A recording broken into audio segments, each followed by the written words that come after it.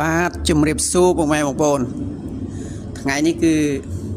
ទៅផ្សារតរទិញមីបងប្អូនទិញមីធ្វើមីហាល់ហូបទៅផ្សារនេះបងប្អូនហើយរត់ទិញបន្លែសិន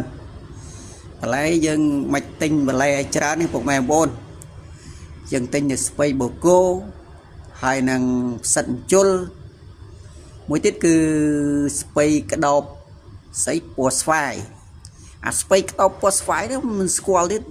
រញីមិនចាញ់បងប្អូននេះយើងមកផ្សារចឹងក៏ទិញជាមួយនឹងសាច់គោទៀតបងប្អូនទិញសាច់គោ 5000 នេះសាច់គោល្អៗបងប្អូនហើយត្រឡប់មកគេហដ្ឋានវិញគេហដ្ឋានត្រឡប់មកផ្ទះ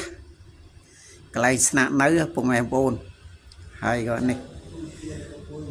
ជាដំបូងគឺយើងចាប់ផ្ដើមយើងហាន់សាច់ស្ពៃគឺយើងលាងអស់ស្អាតអស់ហើយបងប្អូនទឹកយើងក៏ចាប់ផ្ដើមពុះហើយអញ្ចឹងគឺយើងហែកមីសិនបងប្អូនមីនឹងគឺជាមីកូរ៉ូណូអាហ្នឹងគឺយើងធ្វើមីហាល់ញ៉ាំអញ្ចឹងយើងដាក់មីចូលទៅបន្តទៀតក៏យើងដាក់គ្រឿងវាមីយើងមកចាំដាក់អីទេមីហ្នឹងក៏មីហាល់វាមានគ្រឿងវាស្រេចហ្នឹងបងប្អូនមកចាំយើងផ្សំគ្រឿងឲ្យច្រើនព្រោះវាមានគ្រឿងផ្សំស្រេចហើយបន្តទៀតគឺយើងមកហាន់ស្ពៃរបស់យើងហាន់ស្ពៃឲ្យវារាំងតិចតួចហើយក៏យើងបន្តទៀតយើងយកស្ពៃហើយក៏យើងដាក់ចូលទៅយើងដាក់ចូលក្នុងឆ្នាំងបងប្អូនយកស្ពៃដាក់ចូលក្នុងឆ្នាំងឲ្យវា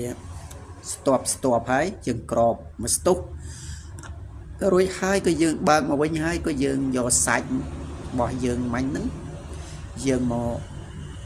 ដាក់ទៅយើងគ្រាន់តែវីទុកទៅយើងក្របទុកវាមកស្ទុះបន្តិចទៅឲ្យវារាំងឆ្អិនបងប្អូនឲ្យវាឆ្អិនល្អនេះបងប្អូន